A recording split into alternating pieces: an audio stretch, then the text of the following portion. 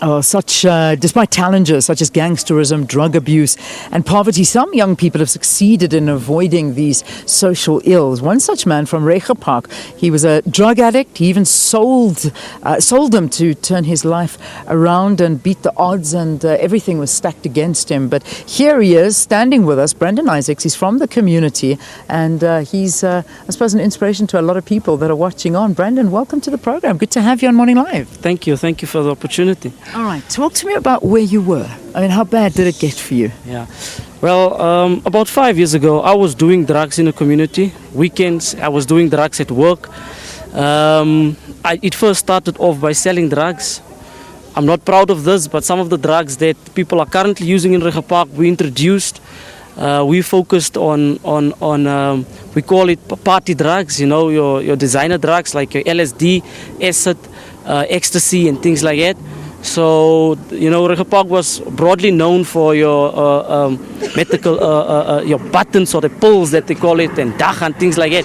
And we came and we introduced this party called drugs, like they say it's party drugs in the community. And after a while, we started using the drugs and things like that. And from there, we started robbing even people selling drugs because I had to maintain my habit. So that was the life I lived. Yeah. So I mean, it was bad. It got to an exceptionally bad level. Yes. What happened? When did this sort of light bulb go on in your head, and you said to yourself, "No, I can't do this anymore." What changed? What made you want to stop? Right. And I was in rehab out, and things didn't work for me. And strangely enough, one Saturday afternoon, I had a God encounter. I had a divine encounter. And while sitting at my house, God directed me to read a book, as strange as it sounds. And I was directed to read a book called Purpose Driven Life. And once I read the book there was a little prayer in that book. And once I said that prayer, I had a total transformation. At the time, I didn't know what was happening.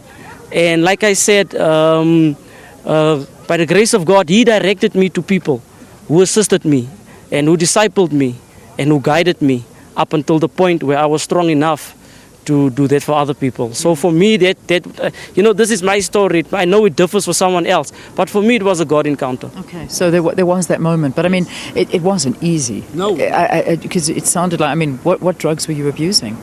I was using ecstasy, ket. I was using dacha. I was using. From time to time, rocks, your hard form of cocaine. I was using cocaine, the powder form. I was using ecstasy. Okay, we get the picture. There wasn't anything you didn't use.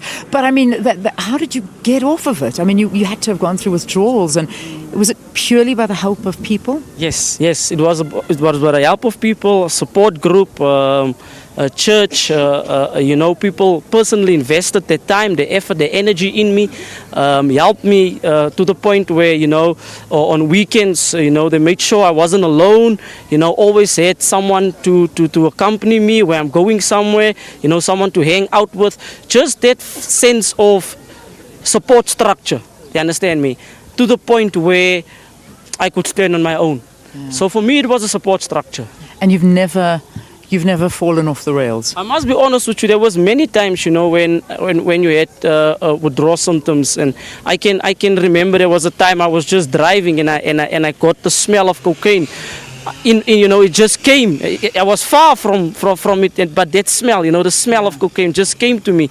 And that's when you call on someone and you tell that person, listen here, man, can you just come and spend time with me, man? I just need someone to talk to. Yeah. And that for me helped. So the message behind this interview, and I want you to give that message, because there are a lot of youngsters watching. There are a lot of people that perhaps are involved in drugs and think to themselves, well, it's too far gone. There's no way I can even think of giving up now. What is that advice? What should they do? Well, I would say, there is nothing as powerful as a changed mind. You can change your clothes, you can change your dress, you can change your girlfriend, you can change your boyfriend, you can change your car, you can change a new house. But until you come to a point where you have a changed mind, the same things is going to happen over and over in your life. And you know, I'm thankful today for people like you know, Sam Alexander, which is a businessman, you know, who heard me speak one day on Radio 702.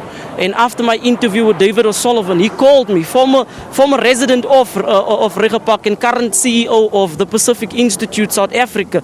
And you know, he assisted me, like I said, the support group, and he gave me principles and concept how to think differently, and it was by this that we started an organization called Reimagine Reiger Park. Okay. And Reimagine Reiger Park is, you know, the current state of Reiger Park. What is a reimagined Reiger Park look to you? And whatever that picture is, we try and build community projects around it to change the landscape. To date, we have trained over 170 teachers.